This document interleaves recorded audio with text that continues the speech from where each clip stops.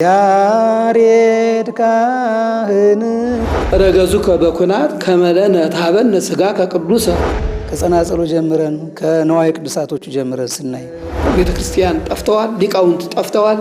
በወንጌል ደረጃም በስኔድ የሱ ድርሰቶች ናቸው የሚሰበኩ። አቡነ ዘበ ሰማያት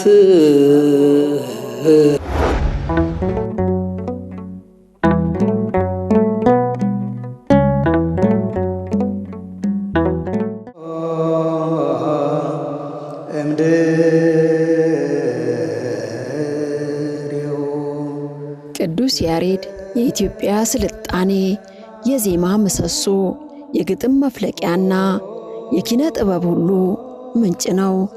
በአምስተኛው ክፍለ ዘመን የአክሱም አፈር ላይ ፈሰሰው ይህ ሰማያዊ ጥበብ ዛሬም ድረስ በአድባራትና በገዳማት ደጃፍ እንደ ጅረት ይፈሳል። ዛሬ በዚህ ዝግጅታችን ቅዱስ ያሬድ ከሰማይ የቀዳውን ግዕዝ፣ ዕዝልና አራራይ ዜማዎችንና ለዘመናት ሳይበረዝ የቆየውን ያን ድንቅ የታሪክ አሻራ አስመልክቶ ከመጋቢ ምስጢር ፍሬ ስብሐት አባተና ከሊቀ መምህራን ብርሃነ መስቀል ገበየው ጋር ቆይታ አደረግኩ። አብራችሁን ቆዩ።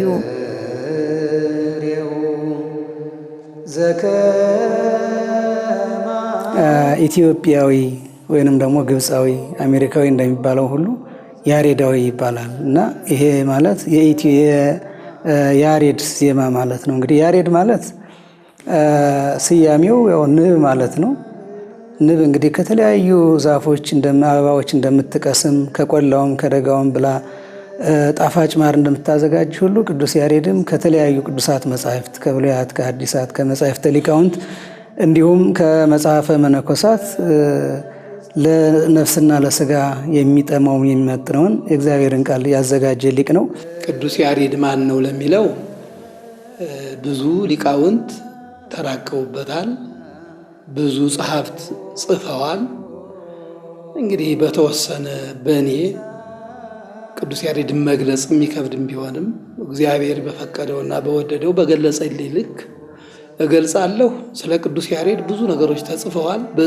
በጽሕፈት ደረጃ ወይም በመጽሐፍ ደረጃ እንኳን 7 ጸሐፍት ጽፈዋል። 7ቱም ጸሐፍት አንዳንድ ልዩነቶች አሉ። እኔ ልዩነቶቹን እየተጠናም ያለ ስለሆነ ወደፊት ሊቃውንተ ቤተ ክርስቲያን በጋራ ምን እናድርግ በሚል ተይዞበት ስለሆነ ማነጻጸር ውስጥ አልገባም። በግንቦት ቅዱስ ያሬድ ከዚህ ዓለም ኑሮ ባረፈበት ማለትም በተሰወረበት በስንክሳሩ በተገለጸው ብቻ ገልጻለሁ። ቅዱስ ያሬድ ማለት በ6ኛው መቶ ክፍለ ዘመን በ505 ዓመተ ምህረት በጥንታዊቷና በታሪካዊቷ በአክሱም ከተማ የተወለደ ደግ ጻድቅ ቅዱስ ሊቅ አባት ማህቶተ ቤተ ክርስቲያን አምደ ቤተ ክርስቲያን መሰረተ ቤተ ክርስቲያን የሆነ ቅዱስ ያሬድ የሚባል ከአባቱ አብዩድ ወይም ይስሐቅ ከእናቱ ታውክልያ ወይም ክርስቲና የተወለደ ቅዱስ ያሬድ ይባላል። ቅዱስ ያሬድ እንግዲህ በ6ኛው መቶ ክፍለ ዘመን በታላቁ ንጉሥ በአፄ ገብረ መስቀል ንግስና ዘመን እንዲሁም ደግሞ በዛ ዘመን ተሳቱ ቅዱሳን ከተለያዩ አህጉራት ከሮም ከእስያት የተለያዩ ሀገራት ወደ ኢትዮጵያ የመጡበት ገዳማትን ያስፋፉበት እንዲሁም ደግሞ ጉባኤ ዘርግተው ደቀ መዛሙርት ያፈሩበት ዘመን በመሆኑ ቅዱስ ያሬድ በዛ ዘመን የተገኘ ሊቅ ነው። ቅዱስ ያሬድ እንዴት ተባለ ለሚለው ቅዱስ ያሬድ ያሬድ የሚለው ስያሜ በአዳም የ5ኛ ትውልድ መላልኤል እና ዲና ቅዱስ ያሬድ የሚባል ወልደዋል። በዚህ ወቅት ምንድን ነበር የሚለው መጽሐፍ ቅዱሳችን እንደሚለን ኩፋሌ 5 ላይ እናገኘዋለን ንባቡን። በዚህ ወቅት መላእክት ለተራዳይነት ለፍትህ ለመራዳት ወይም በኋላ ደቂቀ ሴም የተባሉ ማለት ነው ከሰማይ ወርደው የሰው ልጆችን ያግዙ ነበር። በዚያ ስም ሙራድ እንደማለት ያሬድ ያሮድ ብሎ መላልኤል ሰይሞ ነበር ልጁን። ያሬድ የቅዱስ ያሬድ የሐዲሱ የቅዱስ ያሬድ አባትና እናትም ከሰማይ ከመላእክት ከሱራፌል ከኪሩቤል ከእግዚአብሔር ዘንድ የሚደርሰው ቃል እግዚአብሔር ወይም የሚደርሰው ዜማ ተገልጾላቸው ቅዱስ ያሬድን በወለዱ ጊዜ ያሬድ ብለው ጠርተውታል ይላሉ የታሪክ ድርሳናት። እና ቅዱስ ያሬድ ማለት በ505 የተወለደ ድጓን የደረሰ ማለት ነው። ታሪክ እንደሚነግረን ቅዱስ ያሬድ ገና በጅምሩ ትምህርት የከበደውና ተስፋ ቆርጦ ወደ ኋላው ያፈገፈገ ተማሪ ነበር ይለናል። ነገር ግን እግዚአብሔር ለአንድ ትልቅ ዓላማ አጭቶታልና በመንገድ ላይ አንዲት ታላቅ መምህርን አቆመለት።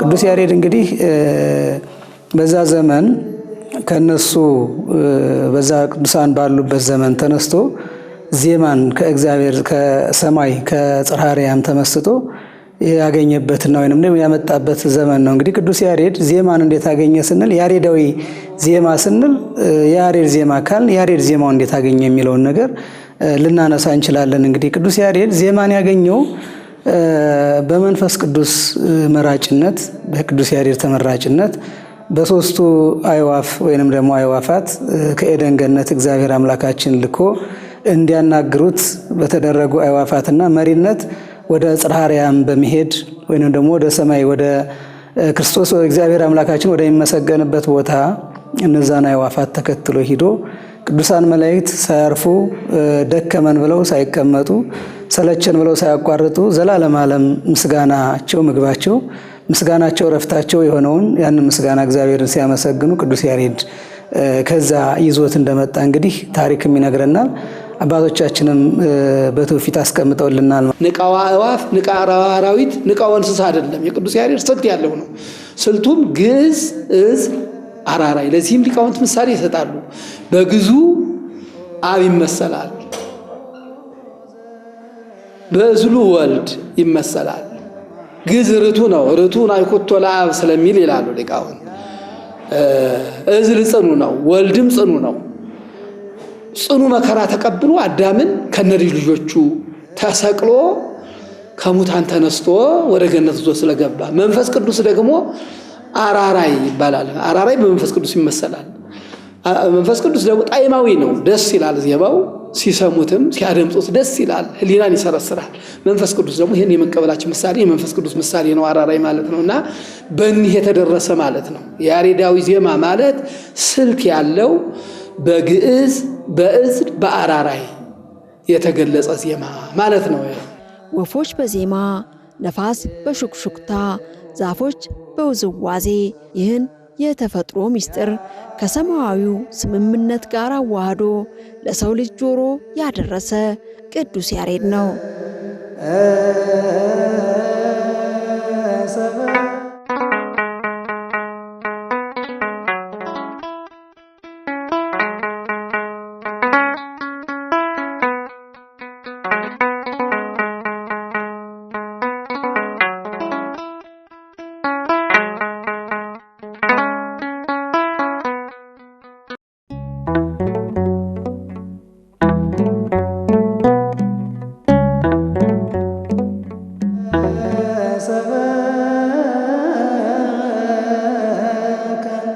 ከአንዲት ታጋሽ ትል ትጋትን ተምሮ ለኢትዮጵያ ኦርቶዶክስ ተዋሕዶ ቤተ ክርስቲያን ብቻ ሳይሆን ለዓለም ታሪክ የማይደበዝዝ አሻራ ጥሎ ያለፈ ታላቅ ሊቅ ነው ቅዱስ ያሬድ።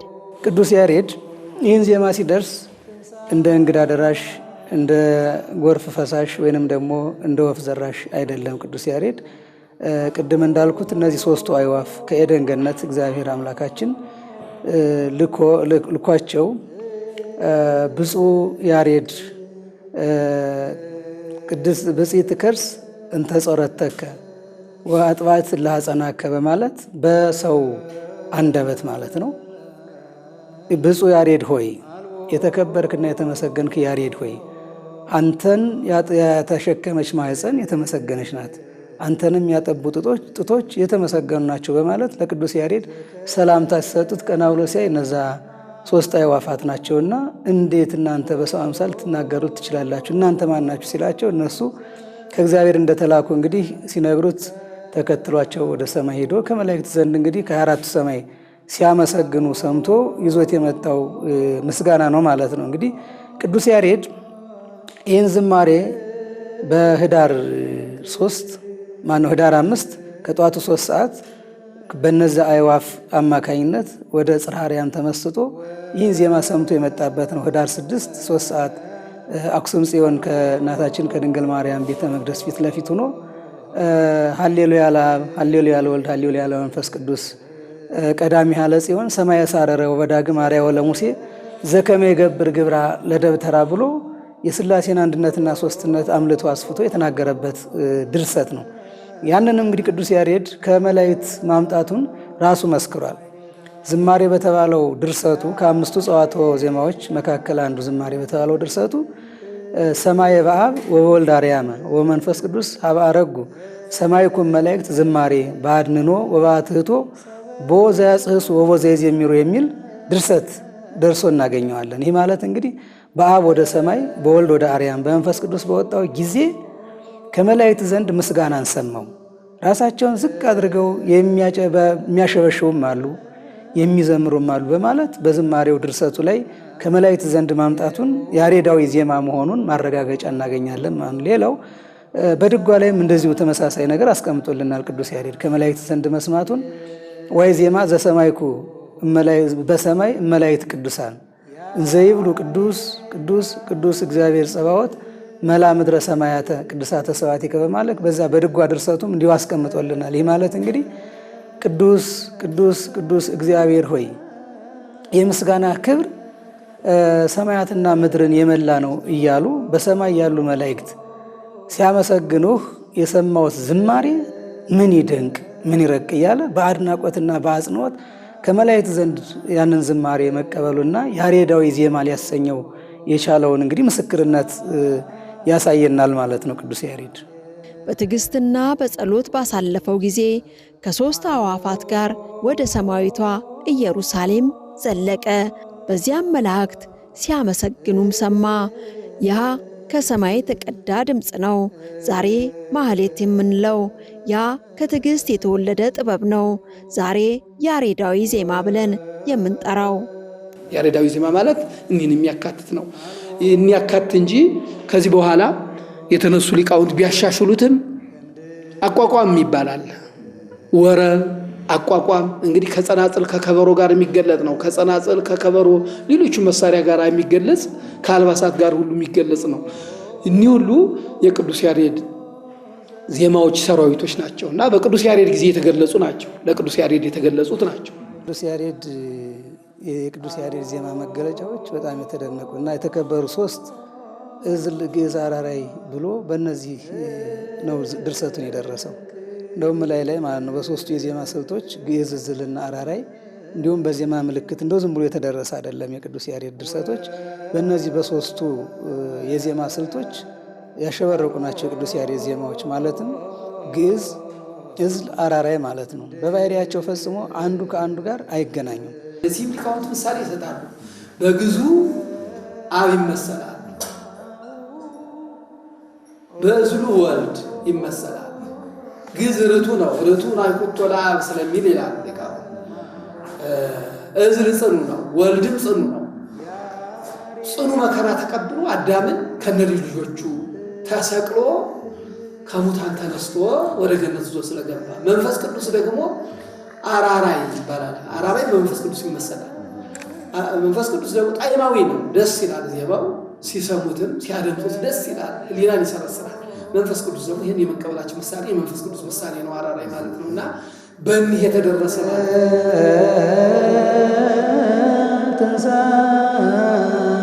የቅዱስ ያሬድ ዜማ የኢትዮጵያዊነት መታወቂያ ነው። ከ1500 ዓመታት በፊት የተጀመረው ይህ የዜማ ሀብት ዛሬም ድረስ የሰውን ልብ የማሸነፍ ኃይል አለው። በነገራችን ላይ ቅዱስ ያሬድ ዜማውን ሲደርስ ምልክቶችንም እነዚህ የዜማ ስልቶችንም ሲያስቀምጥ ሚስጥሩንም ጠንቅቆ ምሳሌውንም ከነገረ ድህነትና ከነገረ መስቀሉ ጋር እያገናኘ ነው ቅዱስ ያሬድ ድርሰቱን የደረሰው እና እነዚህ ሶስቱ ዜማዎች ለዜማ ብቻ የሚያገለግሉ ሳይሆን የሥላሴን አንድነትና ሶስትነትም የሚገልጹ ናቸው። አንድነትና ሶስትነታቸውም ማለት ነው። እንግዲህ ዜማ ስንል አንድ ብቻ ነው መጠሪያው። ነገር ግን ሶስት ግዕዝና እዝል አራራይ ተብለው በሶስት ስያሜ ይጠራል ማለት ነው። እንግዲህ የሥላሴ አንድነቱን እነዚህ ደግሞ ሶስትነታቸውን ደግሞ ሥላሴ የጋራ መጠሪያቸው አንድ ያው እንግዲህ አንድ አምላክ በሚለው ሲሆን የራሳችን ሁሉም ሥላሴ ደግሞ በባህሪ በህልውና በመለኮት በአገዛዝና ይህን ዓለም በመፍጠር ደግሞ አንድነታቸውን ያመላክታል ማለት ነው። እንግዲህ ዜማዎቹ ለምን ሶስት እንደሆኑም ቅዱስ ያሬድ በደንብ አድርጎ ሰንዶ አስቀምጦልናል። የቅዱስ ያሬድ መገለጫዎች የሚባለው መጀመሪያውና ዋናው ድጓ፣ ጾመ ድጓ፣ ምዕራፍ፣ ዝማሬ፣ መዋሥዕት ናቸው። እኒህ ቀጥታ ከብሉያት ከአዲሳት ከሌላቸውም ገድላት ከሊቃውንት ከመጽሐፈ መነኮሳት የደረሳቸው ናቸው። ትውልዱ ጠያቂ ነው። ለምን ሶስት ሆኑ? ዝቅ ብለው ሁለት ከፍ ብለው አራት ለምን አልሆኑም የሚል ጠያቂ ሊመጣ ይችላል። እንግዲህ ቅዱስ ያሬድ እስከ ምላሹ ነው። የዚህ ዜማ ደራሲ ታላቁ ሊቅ ኢትዮጵያዊ ቅዱስ ያሬድ እነዚህን ምንድነው በሶስቱ ባህሪያተ ነፍስ ብዙ ምሳሌን የሰራላቸው። ነገር ግን ከሰዓታችንና ከጊዜያችን አንፃር እንደ አንድ ሁለቱን ብንመለከት በሶስቱ ባህሪያተ ነፍስ መስሎ ነው የደረሳቸው። ማለትም እነዚህ ሶስቱ ባህሪያተ ነፍስ ማለት ባህሪያተ ነፍስ ህያዊት፣ ለባዊት፣ ነባቢነት አድርጎ በእነዚህ በሶስቱ ምሳሌ አድርጎ ቅዱስ ያሬድ ሰርቷቸዋል። እንግዲህ ግዕዝን በለባዊነት፣ እዝልን በነባቢነት፣ አራራይን ደግሞ በህያውነት መስሎ አስቀምጦልናል ማለት ነው። የቅዱስ ያሬድ ድርሰቶች የዜማ ስብስቦች ብቻም አይደሉም፣ ይልቁንም የጥንታውያን መጻሕፍት ፍሬዎች እንጂ። ቅዱስ ያሬድ ዜማውን ሲያቀናጅ ግጥሙንና ይዘቱን የወሰደው ከብሉያትና ከሐዲሳት መጻሕፍት ማዕድ ነው። በድርሰቶቹ ውስጥ የመዝሙረ ዳዊትን ምስጋና፣ የነቢያትን ትንቢትና ተስፋ፣ የወንጌላትን ብርሃን እንዲሁም የሊቃውንትን ጥልቅ ትርጓሜዎች በአንድነት አቀናጅቶታል። ሌላው በሶስቱ ሕግጋተ እግዚአብሔርም ደግሞ መስሎ ያስቀምጥልናል ቅዱስ ያሬድ። በሕገ ልቦና፣ በሕገ ኦሪትና በሕገ ወንጌል እነዚህንም ምሳሌ ሰጥቶ ያስቀምጣቸዋል። ቅዱስ ያሬድም እንግዲህ ሕገ ወንጌልን ማነው ግዕዝን በሕገ ልቦና፣ እዝልን በሕገ ኦሪት፣ አራራይን ደግሞ በሕገ ወንጌል ሰይሞ እነዚህን ሕግጋት አስቀምጦልናል ማለት ነው። ቅዱስ ያሬድ ዜማዎቹ ሶስት መሆናቸው በሶስቱ ሕጎች ሲመሰገን ሲመለክ የሚኖረውን እግዚአብሔርን ለማመላከት እንግዲህ የተጠቀመበት አካሄድ ነው ማለት ነው። እንግዲህ ሕገ ልቡና በግዕዝ ብለናል፣ ሕገ ኦሪት በእዝል፣ ሕገ ወንጌል በአራራይ መስሎ አስቀምጦልናል ቅዱስ ያሬድ። ስለዚህ በሶስቱ የዜማ መገለጫዎች ቅዱስ ያሬድ ዜማውን ሰርቶታል፣ አስተካክሎታል ማለት ነው። ይህ ቅዱስ ያሬድ በሥርዓተ አምልኮ በሁሉም ነገር ይገኛል። ሥርዓተ አምልኮ ማለት እንግዲህ በአንድ ክርስቲያን በአንድ ኦርቶዶክሳዊ ክርስቲያን ማለት ነው ከጥምቀት ጀምሮ እስከ ሞትም ብቻ አይደለም እስከ 40 እስከ 80 ድረስ ቅዱስ ያሬድ በአምልኮቱ በሙሉ ይገኛል። በኦርቶዶክስ ተዋህዶ አምሳል ማለት ነው። በኦርቶዶክስ ተዋህዶ አባባል ወይም በሁሉም ስርዓት ላይ ቅዱስ ያሬድ ድርሰት ደርሷል። ቅዱስ ያሬድ በሁሉም ላይ ድርሰትን ደርሷል። ምክንያቱም በጥምቀት ላይ መጀመሪያው ጥምቀት ስለሆነ አሁን በመጣንበት እንጂ በአምስቱ አዕማደ ምስጢርም ለምሳሌ ቅዱስ ያሬድ በደረሳቸው ድርሰት ምንድነው? በምስጢረ ሥላሴ ምናምን ወናምን ወልድ ወናምን መንፈስ ቅዱስ እያለ በምስጢረ ሥጋዌም ማርያም ዘተወልደ አፍቅሮ ኪያነ ብሎ ከሶስቱ ቅዱስ አንዱ ቅዱስ እንደተወለደ በጥምቀትም ደግሞ በልደቱ ተወለድነ ወበጥምቀቱ ተጠመቅነ እያለ በመድረስ እንደገና በቁርባን ደግሞ በስጋው ደግሞ ረገዙከ በኩናት ከመለነ ታበነ ስጋ ከቅዱሰ ወደመከ ክቡረ አንተን በጦር ወጉህ ለእኛ ስጋው ደግሞ አድርገህ አካልክን እንደምትሰጠን ስጋህን እንደምትሰጠን ደምን እንደምትሰጠን ረገዙ ከበኩናት እያለ ደርሱ።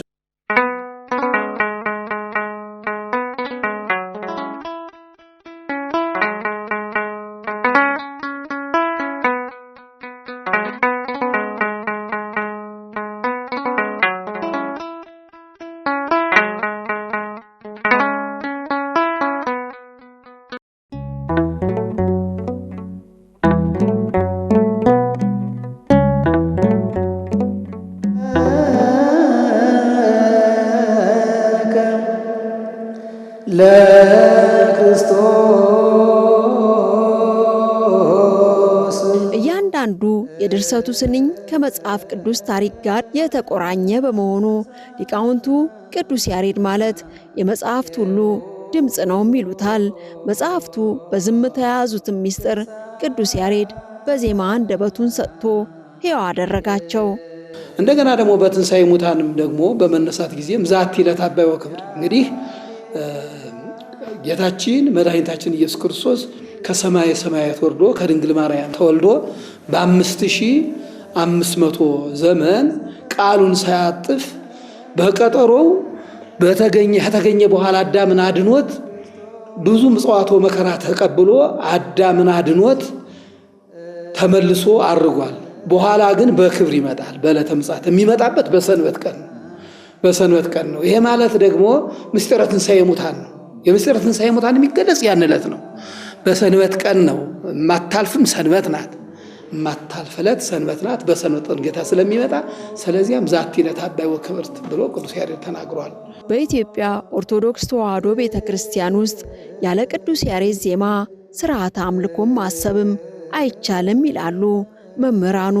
የቅዱስ ያሬድ ሥራዎች መጽሐፍ ላይ የሰፈሩ ደረቅ ቃላት ሳይሆኑ ምዕመናንን ከፈጣሪ ጋር የሚያገናኙ የጸሎትም ድልድዮች ናቸው። አማኙን በምድር ላይ ሆኖ የሰማያዊውን መንግሥት ጣዕም እንዲቀምስም ያደርገዋል። ቅዱስ ያሬድ ዜማዎቹ ለሥርዓተ አምልኮ ሥርዓትን ውበትና ሕይወትን በመስጠት ለሺህ ዓመታት የቤተ ክርስቲያኒቱ ዋነኛ እስትንፋስ ሆኖም ቆይቷል።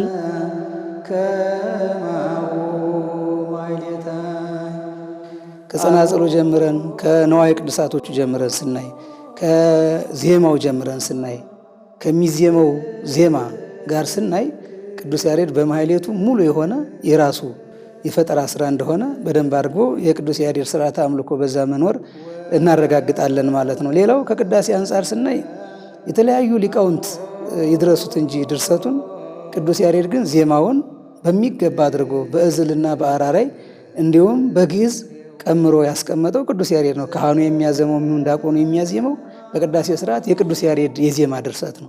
መጀመሪያ ቅዱስ ያሬድ የደረሰው በመንፈስ ቅዱስ ተገልጾለት ድጓን ነው። ድጓን አሁን ያልኳቸው ነው። በኋላ ግን የዜማ ስያሜ ተሰጥቶ ከአምስት ቦታዎች ተገልጸውለት በደብሩ ስም ወይም ደግሞ በሀገሩ ስም የሚጠራ ቅዱስ ያሬድ ቤተልሔም የሚል ቆሜ የሚል አጫብር የሚል ወንጨሬ የሚል ተጉለቴ የሚል 5 ስያሜዎች አሉ። አሁን ቤተልሔምና የቤተልሔም ዜማ፣ የአጫብር ዜማ፣ አጫብርና የአጫብር ዜማ፣ የቆሜ ዜማ የሚባሉት አሁን የምናያቸውና እዚህ በኢትዮጵያም ያሉ እንደየአካባቢው የሚገለጹ ናቸው። ወንጨሬና ተጉለቴ በአሁኑ ወቅት ምናልባት የኔ ውስንነት ሊሆን ይችላል። እነሱ አሁን እየታዩ አይደለም። ቦታዎቹ ግን ተጉለቴም ቦታውም አለ። ተጉለት ማለት እዚህ ሰሜን ውስጥ ሸዋ ውስጥ ያለ የራሳቸው ዜማ ያላቸው ነው። ተጉለቴ ዜማ እኔ የቤተልሔሙ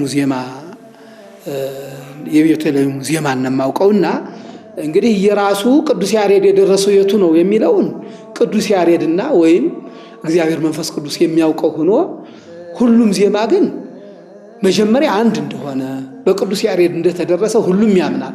እየራሱ ሲጠየቅ ግን ቅዱስ ያሬድ የደረሰው የኛን ነው፣ ቅዱስ ያሬድ የደረሰው የሚል ሰዋዊ ምልከታ ሊኖር ይችላል። የተከፈለበት ዘመኑ እንደሚታወቀው ሁሉ በዘመነ አጸባ ወይም ደግሞ በክፉ ዘመን ነው። በኢትዮጵያ በጎ ነገስታትም እንደነገሱ ሁሉ መጥፎ ነገስታት ወይም ደግሞ ቤተ ክርስቲያንን የሚዋጉ በሁሉም ነገር የሚዋጉ ነገስታት ነግሰዋል። እንግዲህ የሚጀምረው መጀመሪያ በወዲት ጉዲት ነው። በ900 ዓመተ ምህረት አካባቢ ወዲት ጉዲት ተነስታለች፣ ቤተክርስቲያንን አጥፍታለች። መጻሕፍት ሁሉ ተቃጥለዋል፣ ተቆንጽለዋል። እዚህም አንዱ ድጓ ነው። በዚህ ሰዓት መራራቅ መጥቷል።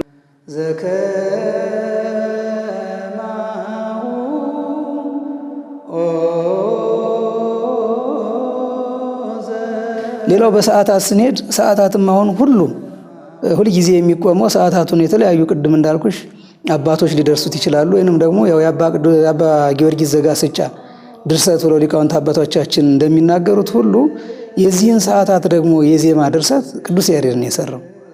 ሌላው በወንጌል ደረጃም ስንሄድ እንግዲህ ወንጌል ሰባኪ ነው ቅዱስ ያሬድ። በአውደ ምሕረቱ የሚነገረው የሱ ወንጌል ነው። ከቅድም መግቢያችን ላይ እንደተናገርኩት ቅዱስ ያሬድ ከአራቱ የጉባኤ እንትኖች አልወጣም። ማለትም በመጽሐፈ ማነው በገልቦና ይሄ ብሉይ ሐዲስ ወይንም ደግሞ መጽሐፈ መነኮሳት መጽሐፈ ሊቃውንት ተብሎ አራቱ ጉባኤያት ተብሎ ከሚነገሩት ከነዚህ ሁሉ ነው። ቅድም እንደ መጀመሪያ መግቢያ ላይ እንዳልኩት ንብ ብለው ሊቃውንት አባቶቻችን የሚናገሩትም ከተለያዩ መጽሐፍት ቅዱሳት መጽሐፍት ቀስሞ ለዜማ ስላደረሰው ነውና በወንጌል ደረጃም በስኔድ የሱ ድርሰቶች ናቸው የሚሰበኩት። ሰባኪ ነውና ቅዱስ ያሬድ ስርዓተ አምልኮ የቅዱስ ያሬድ ስርዓተ አምልኮ አስተዋጽኦ በሁሉም ቦታ አለ ማለት ነው። ብዙ ለመጥቀስ ሰዓት አይኖረንም እንጂ በብዙ ቦታ እንዳለ መግለጽ ይቻላል። ግን ባጭሩ ከረዝሙ ባጭሩ በእነዚህ ቦታዎች በሰፊ ይነገራል ማለት ነው። በ1500 ክፍለ ዘመን በዘመነ ግራኝ መሐመድ ማለት ነው ቤተክርስቲያን ጠፍተዋል፣ ሊቃውንት ጠፍተዋል፣ መጻሕፍትም ተቃጥለዋል። ከዚህ በኋላ በዚህ ጊዜ ሊቃውንቱ እየተራራቁ በሄዱበት ቁጥር ዜማውም እየተለያየ ሄደ። ስለዚህ እየራሱ አባት ኖሮት የቤተልሔሙ አባት ልሳነ እፍረት ድጓውም የተገኘበት ቤተልሔም ስለሆነ በአጼ ገላውዲዮስ በ1532 የነበሩ ንጉሥ ናቸው። በዚህ ወቅት ቤተልሔም ምስክር እንድትሆን ተፈቅዶ በቤተልሔም ምስክር የተደረገበት ይሄ ምክንያት ነው። የሌሎቹም እንደዚሁ ታሪካዊ ምሳሌ እኛ የቤተልሔሙን ዘንድ ስለምንሄድ ነው። በዚህ ነው የተለያዩበት ዘመን ግን ያለ መገናኘት ነው። ስለዚህ 5 አይነት የድጓ ስያሜዎች እንዳሉ ማለትም ቤተልሔም፣ ቆሜ፣ አጫብር፣ ወንጨሬና ተጉለቴ የሚባል ስያሜ ያለው ማለት ነው። ድጓ ዜማውን ሲያዜም እነዚህን መዋቅሮች አድርጎ ነው በሶስቱ የዜማ ስልት እና በዜማ ምልክቶች በግዕዝ ቋንቋና በስርዓተ ጽሑፍ ይዘት በማይዛባ ይዘት ማለት ነውና በንዋየ ቅዱሳት የታጀበ ነው የቅዱስ ያሬድ ጊዜዋን እንግዲህ ሁልጊዜ ዘወትር ጸሎታችን ስለሆነ በሱ እንበለው አንድ አይነት ሁሉም የሚያውቀው ስለሆነ ግዕዙን መጀመሪያ ልበል። አቡነ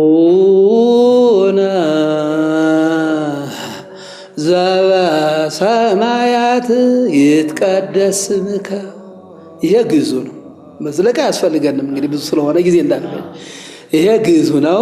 እዝሉ ደግሞ አቡነ ዘበሰማያት ይትቀደስ ስምከ። ይሄ ደግሞ እዝሉ ነው። አራራዩ ደግሞ አቡነ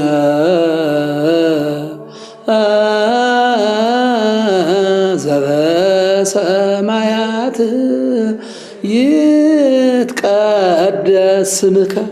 በእኒህ ማወቅ ይቻላል። ግዕዝ፣ እዝል፣ አራራይ ዜማዎቹ እኒህ ናቸው።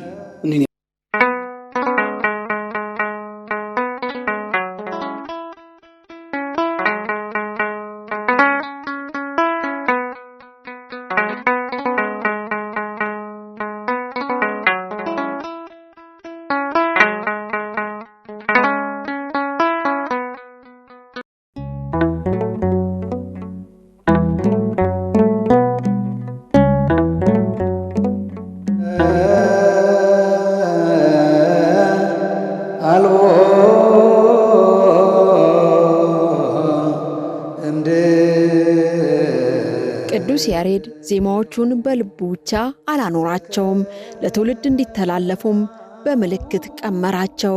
እነዚህ በብራና መጻሕፍት ላይ በቃላቱ አናት ላይ የሚቀመጡ ጥቁርና ቀይ ምልክቶች በዓለም ላይ ካሉ ጥንታዊ የሙዚቃ ኖታዎች ሁሉ ቀዳሚዎቹ ናቸው። አሁን ምልክቶቹም ልክ 8 ናቸው እነዚህ ምልክቶች፣ የቅዱስ ያሬድ የዜማ ምልክቶች መጀመሪያ የደረሳቸው። ምናልባት አሁን እሱ ቅዱስ ያሬድ እነዚህ ምልክቶች ሲደርስ ለሱ ይጠፋዋል ወይንም ደግሞ ይረሳዋል ተብሎ አይገመትም። ምክንያቱም ስጦታው ከመንፈስ ቅዱስ ስለሆነ የሚናገረውን ያውቀዋል፣ የሚያውቀውን ይናገራል እና ያ ግን ከስሩ ቁጭ ብሎ ለሚማሩ ደቀ መዛሙርትና ከዚያ በኋላ ለሚመጡ ትውልድ እንዳይረሱት እንዳያጠፉት ምልክት አድርጎ ያስቀመጣቸው 8 ናቸው። እንግዲህ እነዚህ 8 ምልክቶች ድፋት፣ ሂደት፣ ይዘት፣ ቁርጥ፣ ጭረትና ደረት፣ ርክርክ ተብለው ያስቀምጧቸዋል ማለት ነው። እነዚህ የራሳቸው ቅርጽ አላቸው፣ የተለያየ ቅርጽ። እነዚህ ምልክቶች በሶስቱም የዜማ ስልት ገብተው ይነገራሉ። ነገር ግን በሶስቱም የዜማ ስልት ይግቡ እንጂ የየራሳቸው የዜማ ለሃይ አላቸው። ቅዱስ ያሬድ ምልክቶች አሉ። የፊደል ሲምቦል ወይም ደግሞ የፊደል ውክልና የሌላቸው 8 ምልክቶች አሉ። የራሳቸው ምሳሌ ያላቸው ትርጉምም አላቸው። መጀመሪያ ምንድን ይባላል? ሲምቦል በቅዱስ ያሬድ የነበሩት ተብለው የሚታመኑት 8 ናቸው። 2 በኋላ ተጨምረዋል ይላሉ። አይ 2ቱም በቅዱስ ያሬድ ናቸው የሚባላሉ። ግን በቅዱስ ያሬድ 10ሩን እናያዛቸውና 8ቱ የፊደል ሲምቦል የሌላቸው ናቸው። ጭረት በግዕዝ ቦታ ስትገኝ ራሱ ያ ግዕዝ ቦታ በግዕዝ ጩኸት ስልት ይጮሃል ማለት ነው። በእዝልም ሲገኝ ልክ እንደዛውና ነገር ግን እነዚህ ምልክቶች የተቀመጡት ቅድም እንዳልኩት ለትውልዱ እስካሁን ድረስ ቆይተው ለዜማ መገኘት ትልቅ አስተዋጽኦ ያላቸው ናቸው። እነዚህ ምልክቶች 8 ሲሆኑ በሌሎች መምህራን የተጨመሩ 2 አሉ በማለት 10 የሚያደርሷቸውም አሉ።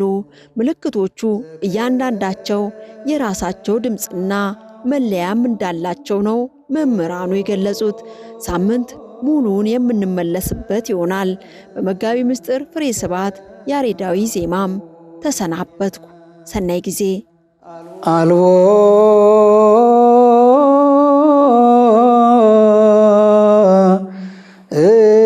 እምቅ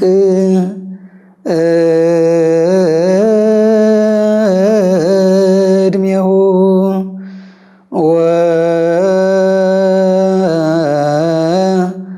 አልቦ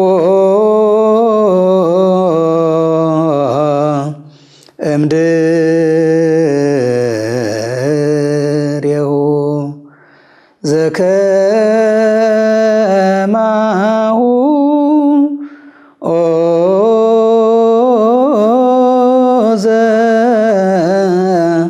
ዘከማሁ ማይሌታይ አልቦ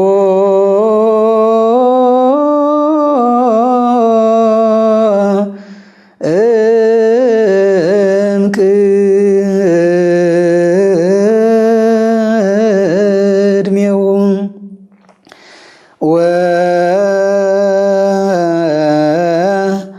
አልቦ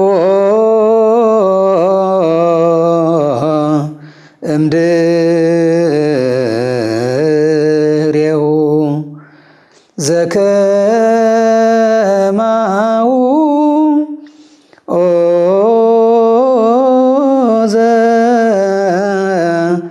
ዘከማሁ ማይሌታይ ያሬድ ካህን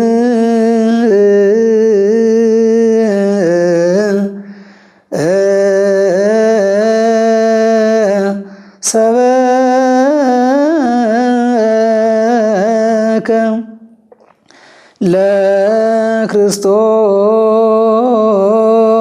ለክርስቶስ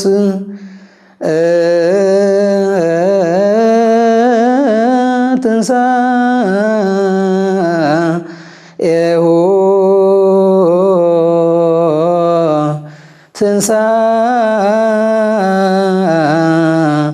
ትንሣኤሁ ሰበ ያሬድ ካህን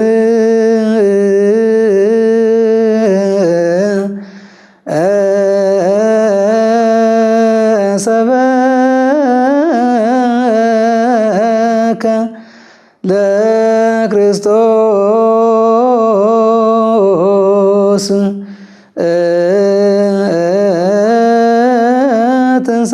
ትንሣኤሁ